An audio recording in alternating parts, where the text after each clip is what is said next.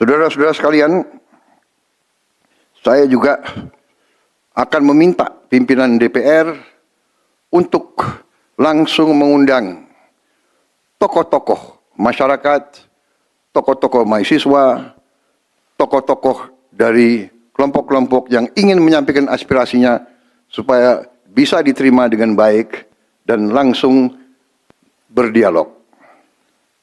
Tadi sudah saya sampaikan, mereka pun sekarang sudah akan segera melakukan pencabutan terhadap beberapa kebijakan di DPR RI.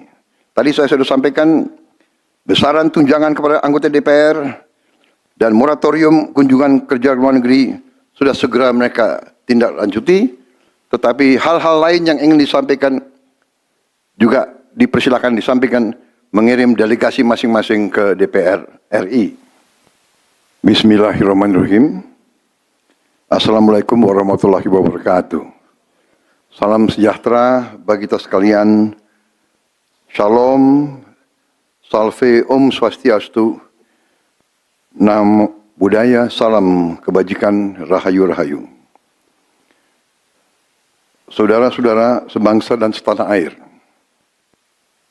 hari ini saya didampingi Presiden Republik Indonesia kelima, Ibu Megawati Soekarno Putri,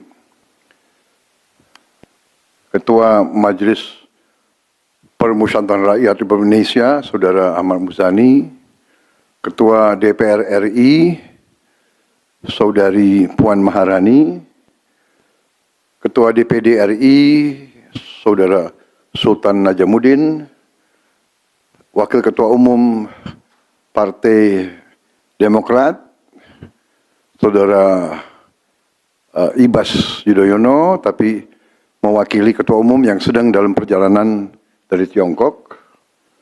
Kemudian Sekretaris Jenderal Partai Keadilan Sejahtera karena mewakili Ketua Umumnya yang sedang berada di luar kota. Saya juga didampingi Ketua Umum Partai Golongan Karya, Saudara Bahlil Lahadalia, Ketua Umum Partai Kebangkitan Bangsa, Saudara Muhaimin Iskandar, Ketua Umum Partai Amanat Nasional, Saudara Zulkifli Hasan, dan Ketua Umum Partai Nasdem, Nasional Demokrat, Saudara Surya Paloh. Kita tadi sudah membahas perkembangan situasi negara dan izinkan saya membacakan pernyataan. Saudara-saudara sebangsa dan setanah air, dalam beberapa hari ini saya, Presiden Republik Indonesia, terus memantau perkembangan situasi yang terjadi di Jakarta dan beberapa kota lain di Indonesia. Negara menghormati dan terbuka terhadap kebebasan penyampaian pendapat dan aspirasi yang murni dari masyarakat. Terhadap petugas yang kemarin melakukan kesalahan ataupun pelanggaran, saat ini kepolisian negara Republik Indonesia telah melakukan proses pemeriksaan.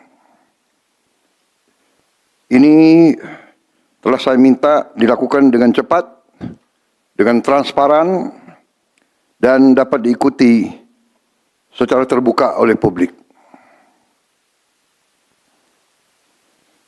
Dalam rangka menyikapi apa yang menjadi aspirasi murni dari masyarakat, saya menerima laporan dari para ketua umum partai politik bahwa mereka telah mengambil langkah tegas terhadap anggota DPR masing-masing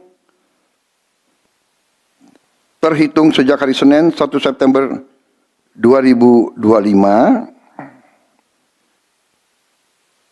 yaitu terhadap anggota DPR masing-masing yang telah mungkin menyampaikan pernyataan-pernyataan yang keliru.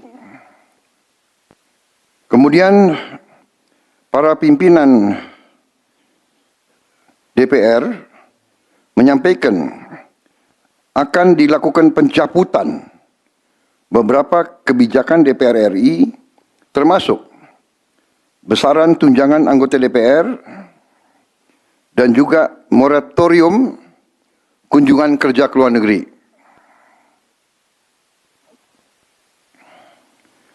Langkah tegas tadi yang dilakukan ketua umum partai politik adalah mereka masing-masing dicabut dari keanggotanya di DPR RI. Dan juga para pimpinan DPR telah berbicara dan para ketua umum partai juga sudah menyampaikan melalui ketua fraksi masing-masing bahwa para anggota DPR harus selalu peka dan selalu berpihak kepada kepentingan rakyat. Kami menghormati kebebasan berpendapat seperti diatur dalam United Nations International Covenant on Civil and Political Rights pasal 19 dan Undang-Undang Nomor 9 tahun 1998. Penyampaian aspirasi bisa dilakukan secara damai. Namun, jika dalam pelaksanaannya terdapat kegiatan-kegiatan yang bersifat anarkis, destabilisasi negara, merusak atau membakar fasilitas umum, sampai adanya korban jiwa, mengancam dan menjarah rumah-rumah dan instansi-instansi publik maupun rumah-rumah pribadi, hal itu merupakan pelanggaran hukum. Dan negara wajib hadir dan melindungi rakyatnya. Para aparat yang bertugas harus melindungi masyarakat, menjaga fasilitas-fasilitas umum yang dibangun dari uang rakyat. Aparat yang bertugas juga harus menegakkan hukum apabila ada pelanggaran-pelanggaran yang mengancam kehidupan masyarakat luas. Saudara-saudara sekalian, sekali lagi, aspirasi murni yang ingin disampaikan harus dihormati. Hak untuk berkumpul secara damai harus dihormati dan dilindungi. Namun, kita tidak dapat pungkiri bahwa sudah mulai kelihatan gejala adanya tindakan-tindakan di luar hukum, bahkan melawan hukum, bahkan ada yang mengarah kepada makar dan terorisme. Kepada pihak kepolisian dan TNI, saya perintahkan untuk mengambil tindakan yang setegas-tegasnya terhadap segala macam bentuk pengerusakan fasilitas umum, penjarahan terhadap rumah individu ataupun tempat-tempat umum atau sentra-sentra ekonomi, sesuai dengan hukum yang berlaku. Kepada seluruh masyarakat, silahkan sampaikan aspirasi yang murni dan tuntutan dengan baik dan dengan damai. Kami pastikan akan didengar, akan dicatat, dan akan kita tindak lanjuti. Saudara-saudara sekalian, saya juga akan meminta pimpinan DPR untuk langsung mengundang tokoh-tokoh masyarakat, tokoh-tokoh mahasiswa, tokoh-tokoh dari kelompok-kelompok yang ingin menyampaikan aspirasinya supaya bisa diterima dengan baik dan langsung berdialog. Tadi sudah saya sampaikan, mereka pun sekarang sudah akan segera melakukan pencabutan terhadap beberapa kebijakan di DPR RI. Tadi saya sudah sampaikan besaran tunjangan kepada anggota DPR dan moratorium kunjungan kerja luar negeri sudah segera mereka tindak lanjuti. Tetapi hal-hal lain yang ingin disampaikan juga dipersilakan disampaikan, mengirim delegasi masing-masing ke DPR RI.